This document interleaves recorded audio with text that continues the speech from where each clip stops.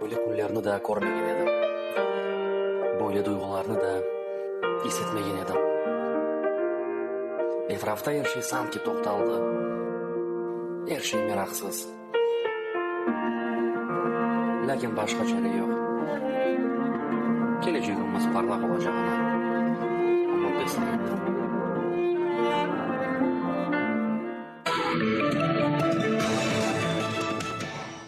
Saygılı vatandaşlar, bugünden başlap vakıtınca çalışmaganlarga ve çok balalı olganlarga hükümet para ayıracak.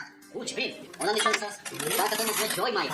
Bütün gerek olan, nasıl ki gerek olmadan dokumentlerinizi alın da varın, yapın. Bu evde oturasınız. Abay, bana gerek olacak pasport, skills, трудовую книжку. Alo, Secil Süleymanovич. Nadir bu. Ben işten boşayacak olan başka iş yaptım. Bağışlarsınız. Oturgan yerimden para kazanacağım. Bari bu işi başlayayım ve bitireyim. Para kazanayım.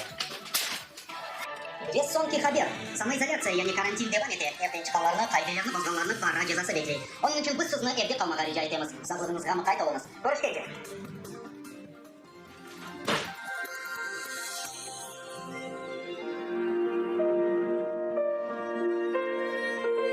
Evde kalsam da olur.